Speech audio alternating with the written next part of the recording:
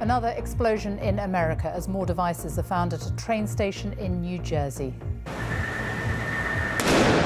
The latest device, one of 5 hidden in a backpack, went off as a bomb squad was trying to disarm it. Police have just released this picture of the 28-year-old man they want to question in connection with the bombing in Manhattan on Saturday that wounded 28 people. New York's mayor warns he could be armed and dangerous. We'll have the latest. Also this lunchtime, thousands of life jackets laid out in Westminster as world leaders meet in New York for a major summit on migrants and refugees. Junior doctors go to the High Court to try to stop the government from imposing new contracts in England. The Paralympic Games, widely seen as a success, come to a close in Rio. And has Britain got tech talent? I'm at a school where they're trying to inspire a new generation of engineers who could help build world-class technology companies. Brothers in arms, Johnny Brownlee misses out on a world triathlon title as he's helped to the finish by his brother Alistair, who's less than sympathetic. I wish the flipping idiot had just paced it right and crossed the finish line first. So, yeah, I mean, very nice, but yeah, I mean, he'd won it easy. He could have jogged that last 2K and won the race. In the south, a mother's heartfelt campaign. Her son died from a brain tumour. Now she wants to stop a lack of awareness taking other young lives. And an investigation into fly tipping finds scores of waste carriers don't have licences.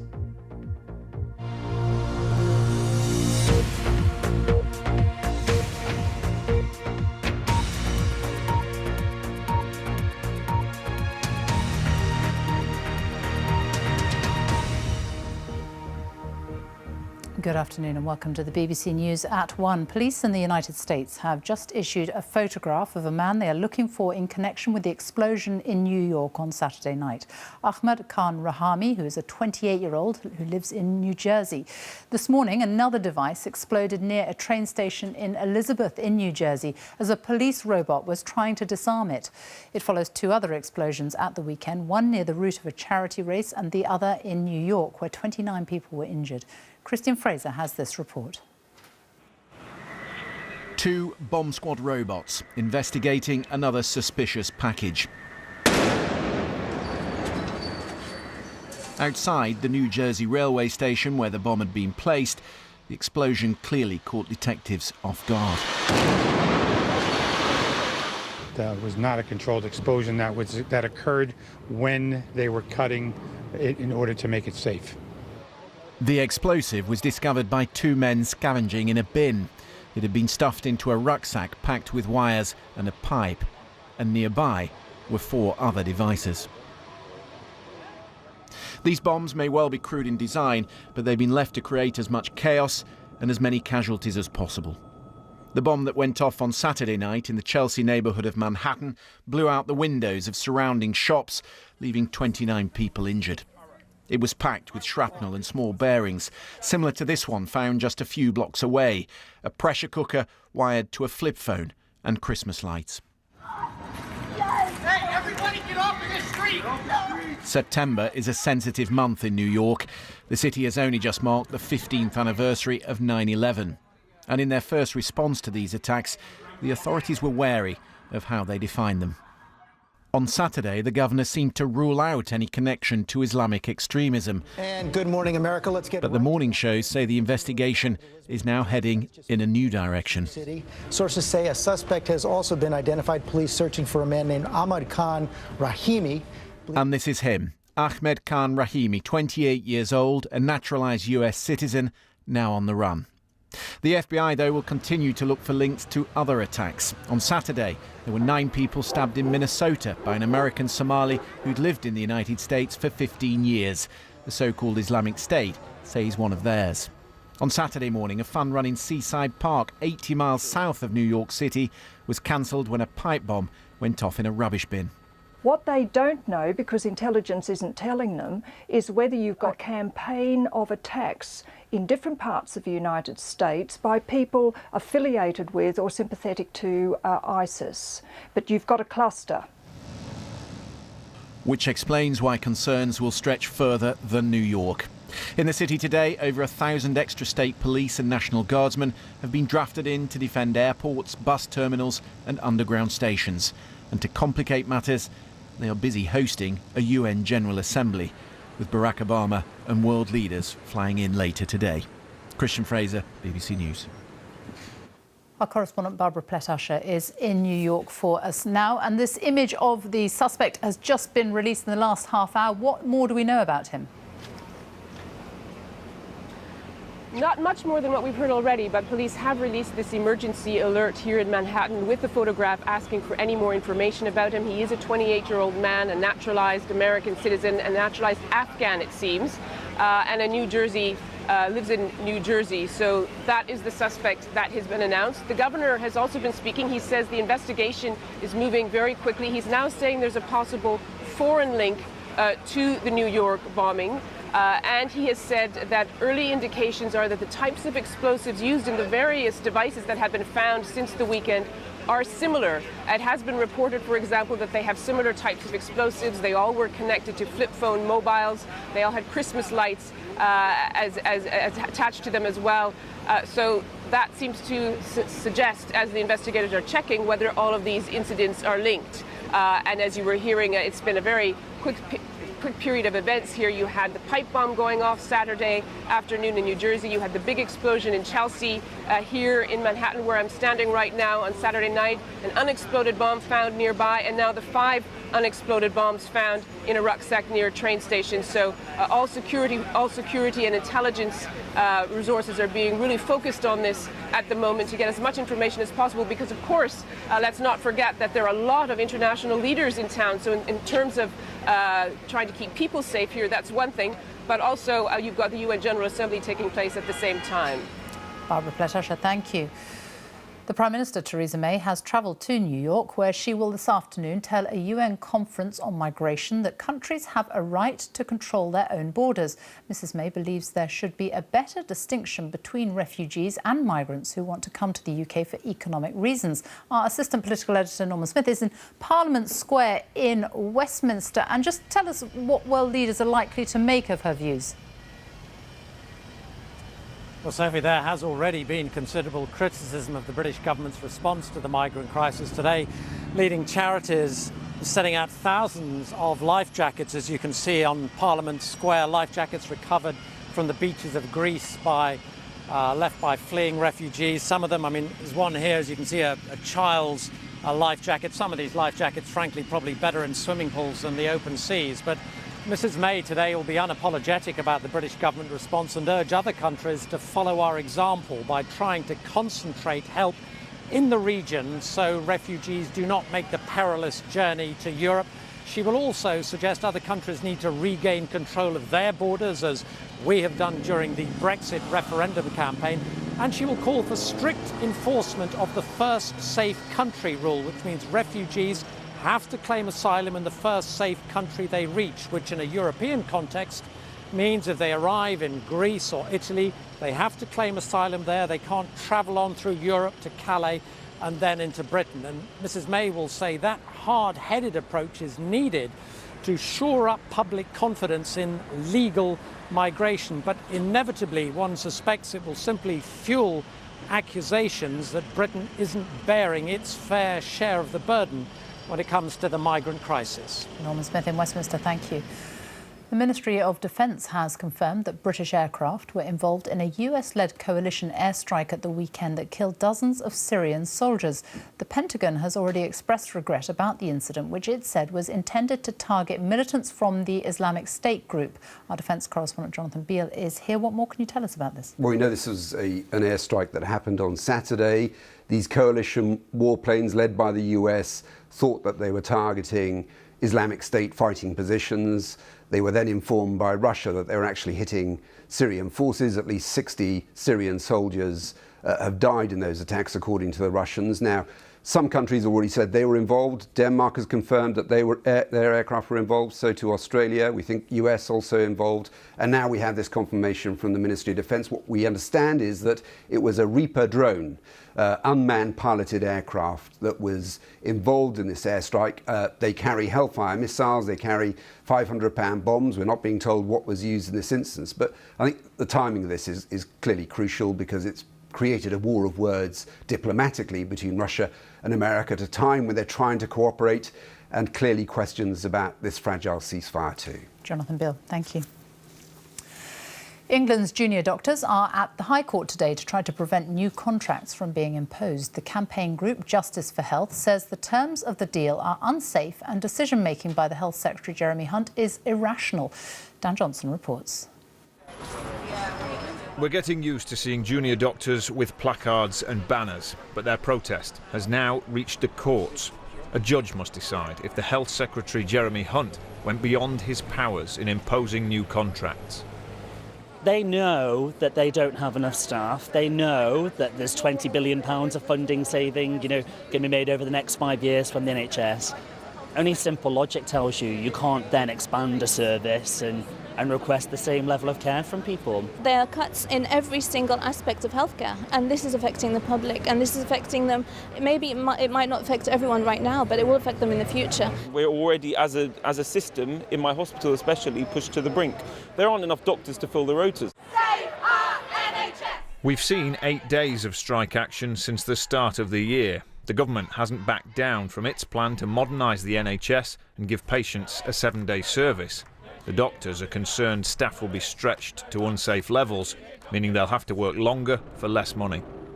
One of the reasons that we have come and brought this to court is because we want a judge to be completely impartial, to remove emotions and remove politics and look at the legal facts and make a decision based on those. The Department of Health told us they'll be resisting this judicial review and seeking to persuade the court there's no merit to this case. Now, this dispute is already more than a year old, and it looks like even this ruling won't be an end to it. These doctors say the government's gambling with the future of the NHS. They've planned more strikes when the contracts take effect next month. Dan Johnson, BBC News, at the Royal Courts of Justice. Our health editor Hugh Pym is here. We will know the ruling next week, but what could the implications be? Well, Sophie, if the government wins, then Jeremy Hunt will feel that he has a further argument for pressing on with introducing the contract at hospitals for junior doctors in England from October the 5th. He will say that the Royal Medical Colleges are behind him and senior doctors in the service, some of whom are at the British Medical Association and have opposed continuing strike action. But if the junior doctors win, it throws the whole thing right up in the air. Technically, if they are successful, Justice for Health, this group that's brought the action, it doesn't legally stop the contract. Jeremy Hunt could announce he is going to carry on, but it would be very difficult for him to do so. The mandate would be weakened. Politically, it would be very difficult if a High Court judge says that his reasoning behind it, his arguments for it are flawed. So I think that would really make life very difficult for Jeremy Hunt. So we'll discover this next week. In the meantime, we have a meeting of the Junior Doctors Committee on Saturday when they may well review their next move for strike action planned for early October. Hugh Pym, thank you. In Russia, President Putin's party has tightened its grip on power after parliamentary elections, but the turnout has been described as the lowest in the country's modern history. There have also been claims of vote-rigging violations at some polling stations. Our Moscow correspondent Steve Rosenberg reports. In Moscow today, they announced a Kremlin landslide. President Putin's party had won 3/4 of the seats in parliament. But there are reports of election fraud. Russia's election chief promised to investigate thoroughly and quickly. This video is from a polling station's CCTV camera. Watch the official who's seated. Thinking that no one is looking, she takes a pile of ballot papers. The woman in black tries to cover her as she stands at the ballot box and stuffs them in. It's a similar picture at this polling station. Another official who appears to be stuffing the ballot box. Here, Russian police have opened a criminal case. But Vladimir Putin can afford to look pleased. Perhaps more than anything, it's his personal popularity in Russia, his 80% approval rating, which helped the party he created win by such a large margin. This election was about more than just electing a new parliament. It was about the president, too. In a year and a half's time, Russians go to the polls to choose a new leader. And with his party having done so well in this vote, Vladimir Putin is almost certain to run for a 4th term, in the Kremlin. Turnout was low in this election, but unlike the last parliamentary poll 5 years ago, election fraud hasn't sparked street protests. I'm worried by reports of violations, she says, but I think the authorities are trying to clamp down on this. What good would protesting do, he says. The last time people did that, some of them were taken to court. This victory leaves Putin more powerful than ever. Don't expect him to quit the Russian stage anytime soon. Steve Rosenberg, BBC News, Moscow. There's been a major political upset in Germany after the Chancellor Angela Merkel's party, the Christian Democrats, suffered a historic defeat in state elections in Berlin. The CDU won less than 18% of the vote. The right-wing anti-migrant party, Alternative for Germany, made big gains and will enter the state parliament for the first time. The time is just after 1:15, our top story this lunchtime. Police in America release a picture of the 28-year-old man they want to question in connection with a bombing in Manhattan at the weekend. And coming up, a good night for the Brits at the American TV Awards, the Emmys, in Los Angeles. This afternoon, we'll have the story of the extraordinary gift from a Dorset millionaire to the hospital that cared for him, how an auction this afternoon will raise funds for a new cancer centre. And spotted this morning on the shore of Poole Harbour. But where had this deer come from?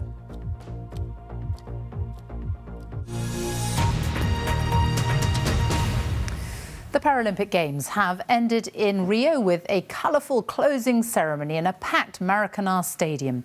Rio has now handed over the Paralympic flag to the host of the 2020 Games, Tokyo. Britain's Paralympians have celebrated their best ever Games for nearly 3 decades. Para-GB finished second in the medals table behind China with 147 medals, 64 of them gold. Our sports correspondent Kate Gray is in Rio for us now. Kate. Yes, it's been a truly memorable Games for Paralympics, GB. Following the success of Great Britain's team success in the Olympics, expectations were high, and despite all the troubles there's been in the lead up to these Paralympics, Great Britain have performed on the biggest stage once again. There have been history makers, record breakers. The most successful British Paralympic team leaves Rio having eclipsed their performance from 4 years ago. So these are the 64 gold medalists for Paralympics, GB, almost doubling the 34 golds that they won in London 2012 and comfortably surpassing the medals target set for them before these Games. Dame Sarah Storey threw down the gauntlet on day one, winning her 12th Paralympic title and becoming Britain's most decorated Paralympian.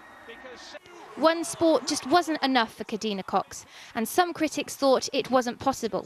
But she proved them wrong, winning gold in both cycling and athletics. And many of the stars from 2012 delivered once again. Hannah Cockcroft won 2 golds in London. This time she went one better. Honestly, these medals feel more special. I always felt like it's great, you can come in and you can win a gold at one Games, but I never wanted to be a one-hit wonder. I think if you can retain a title, it makes you so much of a better athlete. People have been chasing me and trying to knock me off for 4 years, and I managed to stay here. Yay! But for how long? These Games have seen the rise of the teenagers, hungry for medals. 15-year-old Ellie Robinson was targeting Tokyo. Instead, she's become Britain's youngest gold medalist here in Rio. I'm really happy. Tokyo was always going to be the first Games I went to, you know, if I went to a Games. And Rio was always my bonus. It was the one that came early. It was the one that I never expected to go to. And then I picked up not 1 but 2 medals, and I'm so shocked with it, but I'm so over the moon as well. Hello, Brazil! But maybe the greatest winners of these Games are the people of Brazil, turning out in their masses, filling the seats, and making these Paralympics a celebration of sport they'll never forget. Well, the Games came to a fitting end last night at the Maracanã Stadium for the closing ceremony in front of a sellout crowd. So what happens now? What are the impacts of these Games, of what has been an unforgettable few months of sport here in Rio? My colleague Wira Davis has been looking into the legacy of Rio 2016. If the Olympic and Paralympic Games were all about inspiration and encouragement, then in David Teixeira they have found a champion. The 11-year-old from Rio is already an accomplished surfer, now picking up another soon-to-be Olympic sport. And by the time the next games come around, he has no intention of being a mere spectator. Esporte para mim é a minha vida, porque sem esporte... Sport for me is my life, because without sport I'm not David. I wouldn't be who I am today. I never thought I would be able to skateboard like this. David lives in a country where 40% of disabled children don't go to school, where there's a huge gap in equality of opportunity depending on race or social background. And that has to change, say campaigners, if Brazil is to build on Rio 2016. Those adolescents, it's not a flash in the pan in their life. This means something to them. This means there's possibilities out there that they may have assumed were not possible for them because of who they are and where they come from and what color they are. They now know it is. Putting on an expensive summer of sport was a big gamble for Brazil. The first games to be held in South America, in a city and a country that arguably had more important priorities. Anxious to avoid accusations they're spending millions on white elephant stadiums that will never be used again, Rio 2016 officials say many of these venues will have a life once the games are over. The Arena of the Future, for example, will be broken up, its materials used in the construction of 4 new schools. Public support was initially lukewarm, but by the time the Paralympics came around, ticket prices were cut, enthusiasm grew, and the games felt more inclusive. We showed that we can deliver cheap games, you know, with lots of legacy, improving people's lives. It's not that that's going to solve all the problems. I mean, there's still a lot of problems in Brazil. We know that. There's still a lot of problems in Rio. But people's lives are much better because of the games, inspired by the games. In the past few weeks, Brazilians have found new Olympic and Paralympic heroes. But the tough funding decisions to come could make or break the ambitions of a young boy, inspired by what he's witnessed in his own city, to one day become an Olympian himself. Hi, my brother. Willa Davis, BBC News, Rio. Well, I'm very pleased to say I'm now joined by a couple of people that have contributed to Paralympic GB's success here in Rio. I have chef de mission of Paralympics GB, Penny Briscoe, and 3-time gold medalist from Rio, Sophie Christiansen. Thank you so much for joining us. Penny, what an incredible 11 days of action you've had. How surprised are you by Paralympic GB's success? I mean, it's been simply scintillating and not really too surprised. I think that we presented this as the strongest ever, the most talented ever Paralympics GB team. And the athletes have come here best prepared, gone onto the field of play and delivered the performances that we knew they were capable of. To convert as many medal opportunities as we did, I think is fantastic, but it really does show the potential that this Paralympics GB team holds. And it's thanks to athletes like Sophie Christiansen, and you actually defended your 3 titles from London 2012. How difficult was it coming here knowing that you were the ones everybody was watching? I think I put a lot of pressure on myself, so I knew that people back home were expecting me to do it again. I've had a really tough year as well, but you know, every athlete goes through their ups and downs, and I think that's what makes it worth it. And you've been a big advocate of positive change for disability, particularly after London. What needs to happen here in Rio to ensure that happens again here? Well, in the UK, I think a lot more coverage needs to happen outside of 4-year cycle, you know. That would mean so much more to us in terms of sponsorship and prize money. You know, for example, I went to a go. I got £100.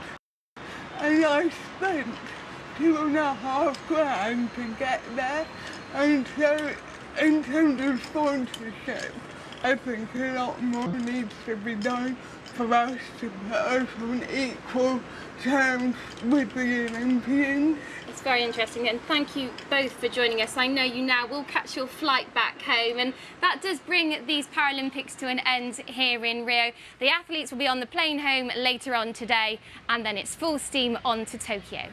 Kate, thank you.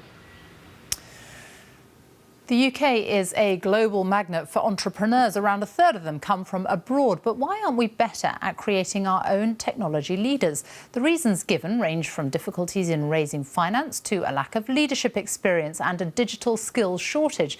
This week, BBC News is looking at the UK's tech industry. Our technology correspondent Rory Kettler-Jones is at a school in West London for us, where the pupils are actively being encouraged to engage with high tech. Rory. Yes, Sophie, we're in a truck brought here by an electrical components supply company full of technology to inspire the youngsters here to think of it as a career. We've got a robotic arm over there, there's a 3D printing machine in the far corner, there's all sorts of other exciting tech. Let's see if it's working and inspiring them. Can I ask you, are you inspired to get into technology? Do you want to get in? Yeah. What would you like to do? I'd like to try and make my own game. Already a young games tycoon in the making here. What about you? Are you interested in getting into tech?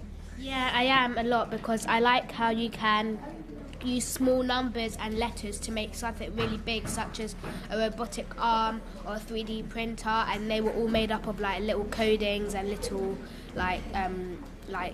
codings and numbers or letters. Already getting into coding over there. Let's talk to Lindsley Ruth, who's Chief Executive of the company which bought the truck here.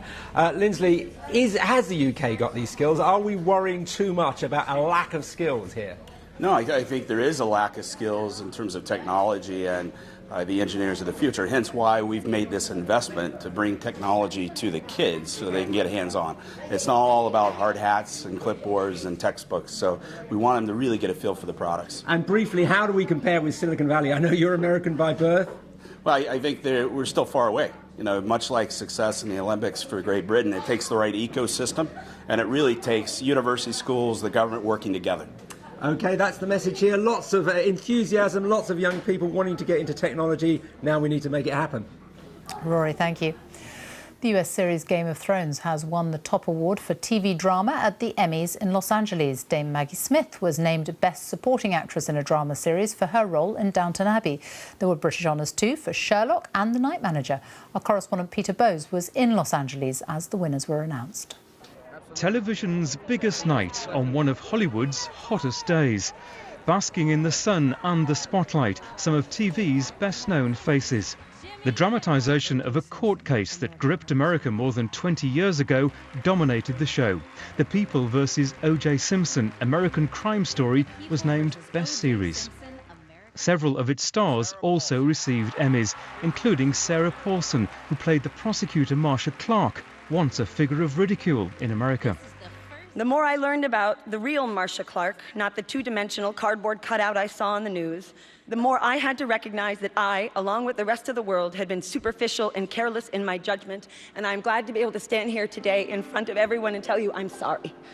There were also Emmys for BBC productions. Susanne Bier was honoured for directing the crime drama The Night Manager, while Sherlock, The Abominable Bride, was named Best TV Movie.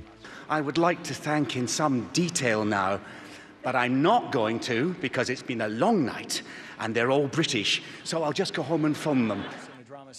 Dame Maggie Smith had already become the butt of a joke about not turning up for the show when her name came out of the envelope for Downton Abbey. Maggie, if you want this, it will be in the Lost and Found. Game of Thrones. But with a total of 38 wins over the years, Game of Thrones is the biggest winner of all. It's now the most decorated narrative series in history. Peter Bowes, BBC News, Los Angeles. And finally, incredible scenes in Mexico yesterday, where the famous sibling rivalry between the Brownlee boys was set aside as an exhausted Johnny almost collapsed as he got close to the finish line in the final stage of the World Triathlon Series. He's losing his sense of direction. This is worrying. Oh, goodness me. This is a horrible sight. Johnny Brownlee was in the lead with around 700 metres to go, but he looked like he was about to collapse as he began to weave over the road in the hot and humid conditions. Then his brother, Alistair, stepped in to help. Unbelievable scenes.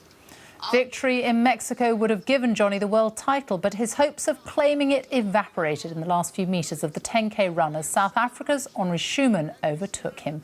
But his brother, Alistair Brownlee, who wasn't in contention for the title, was determined to get his brother to the end. Johnny, can hardly stand, and Alistair is having to drag him across the line and pushing him home for second. The Olympic silver medalist was taken to hospital to receive treatment afterwards, where he tweeted to say it wasn't the way he wanted to end the season, but he thanked people for their support. His brother, however, was less sympathetic. Well, I've been in that position before, and when it happened to me in London all those years ago, I remember sprinting away in second place and then being in the position John is in now and coming round and someone telling me I was in 10th, and I was like, how did all them people come past me? So I swore if literally if it happened to anyone, if it happened to Henry, I would have helped him across the line, because to be honest, it's an awful position to be in. I wish the flipping idiot had just paced it right and crossed the finish line first. So yeah, I mean, very nice, but yeah, I mean, he'd won it easy. He could have jogged that last 2K and won the race. So, but yeah, who am I to talk? That's brotherly love for you. Let's have a look at the weather now with John Hammond. Hi, John. Hi, Sophie. Not so hot and humid here. In fact, get your skis on, Sophie. We are off to the Alps. Val Thorens, an early snowfall, courtesy of all this cloud churning across central parts of Europe. Nothing too dramatic coming our way over the next few days. Fairly benign, in actual fact, but we will see a lot of variety. There's a strip of cloud across the country, as you can see, extending from the south and east of Yorkshire down into the Midlands. And here we got some damp, drizzly weather. It's quite dark, quite gloomy, quite misty, and that makes it feel quite cool, actually. Temperatures stuck in the mid-teens. Bit of sunshine still sticking out across parts of East Anglia, and the far southeast might spark the odd shower. But from London westwards, we're into that cloud, we're into that damp weather, disappointing afternoon, extending all the way into the West Country as well. Further north, though, up through northern and western parts of Wales, we emerge into sunshine through this afternoon. It's 4 o'clock, and it should be a fine end to the day here, and feeling quite pleasant with quite light winds. And similarly for Northern Ireland, broken cloud, bit of brightness, some sunshine, light winds. A usable afternoon, as it should be across most of Scotland. The odd shower clipping near the west coast, but most of Scotland having a fine afternoon. Slow changes as we head into the night. That band of damp weather just slumps its way a little bit further down into East Anglia in the southeast. That actually will help to keep the temperatures up here compared with further north and west, where we've got clear skies. It's going to be a chilly one. I think temperatures will fall below these double-digit values, the larger towns and cities, but in rural areas, yes, 5 or 6 degrees. So quite a cool one. 1 or 2 fog patches around. They shouldn't last too long. And then, again, the best of the sunshine across these more northern and western areas. That front's still there. It just will not die a death from southeast Yorkshire down through the Midlands towards the London area. Bit of sunshine perhaps across Kent and East Anglia, but the best of the sunshine will, again, be further north and west. And again, the winds will be quite light, so it'll feel pleasant enough. Temperatures, much of a muchness, really. Now, looking further ahead, it gets a little bit more boisterous, the weather, through the second half of this week, really, with weather fronts getting lined up out in the Atlantic, and they're heading in our direction, and that does mean the wind will start to pick up, and we'll see some outbreaks of rain arriving initially across Northern Ireland. That'll be spinning its way further eastwards, a few showers breaking out ahead of that. But again, in the sunshine, it should feel pleasantly warm. As we end the week, it does turn more unsettled. What do I mean by unsettled? Well, various fronts coming in off the Atlantic, targeting the more northwestern parts of the UK primarily, whereas further south and east it's drier and it's brighter. So that's the setup, really. It turns blustery through the second half of this week, always wettest across the more northwestern areas, warmest across the south and the east. But as I said at the start, nothing too extreme heading in our direction. Sophie. John, thank you. A reminder of our main story this lunchtime. Police in America release a picture of the 28-year-old man they want to question in connection with the bombing in Manhattan at the weekend. That's all from us. Now on BBC One, it's time for the news where you are. Bye-bye.